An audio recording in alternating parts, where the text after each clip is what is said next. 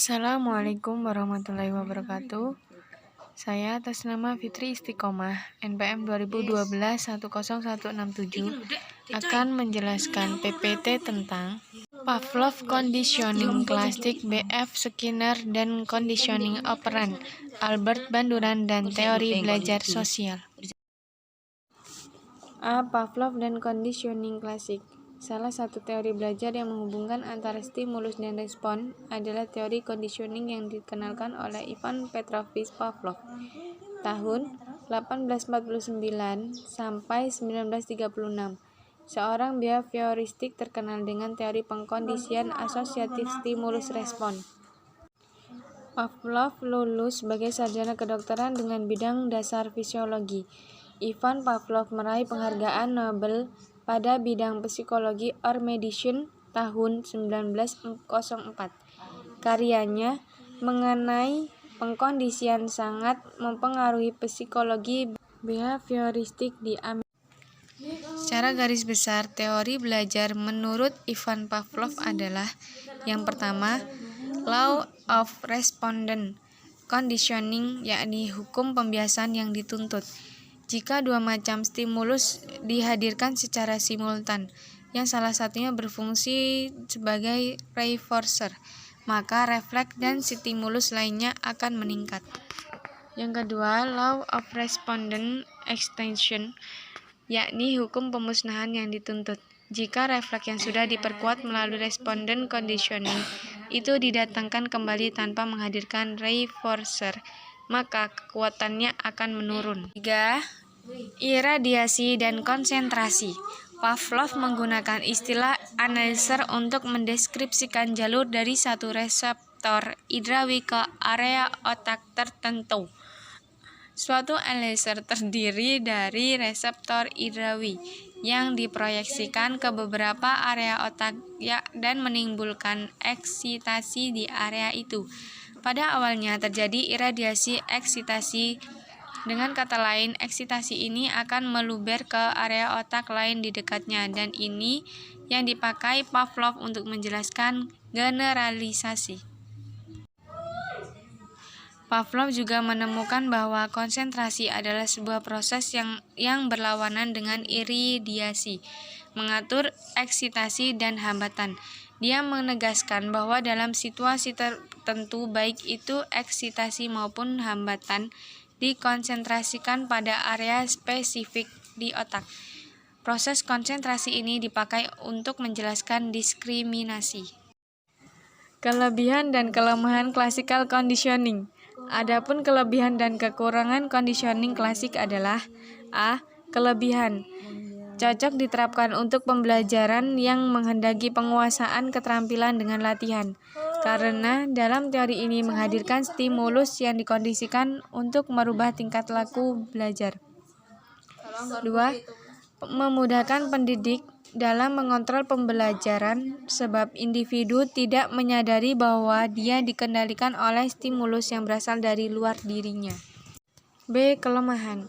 Teori ini menganggap bahwa belajar hanyalah terjadi secara otomatis.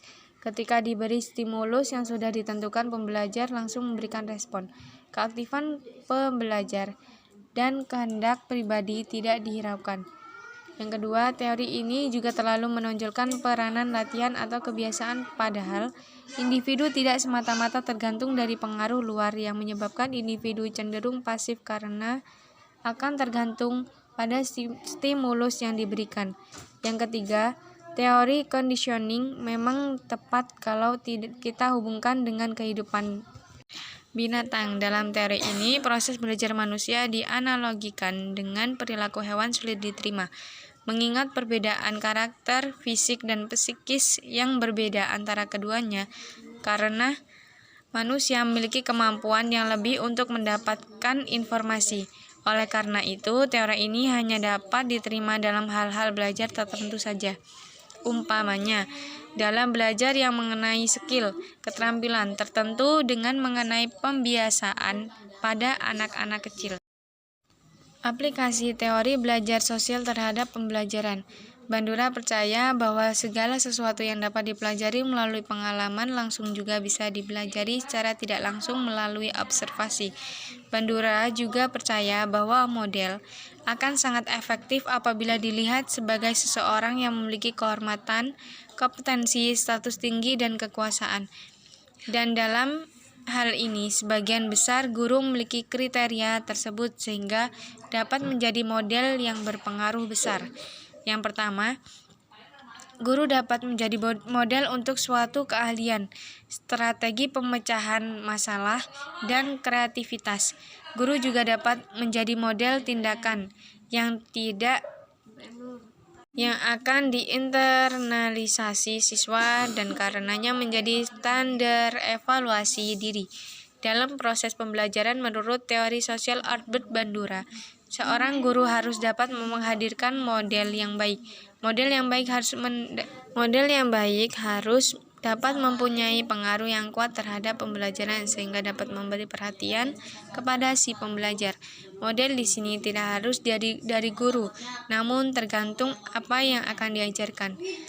Teori sosial belajar ini cocok untuk mengajarkan materi yang berupa aspek psikomotorik dan afektif.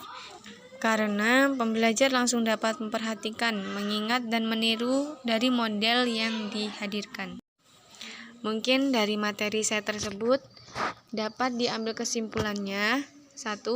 Dalam ilmu psikologi, teori belajar selalu dihubungkan dengan stimulus respon dan teori-teori tingkah laku yang menjelaskan respon makhluk hidup.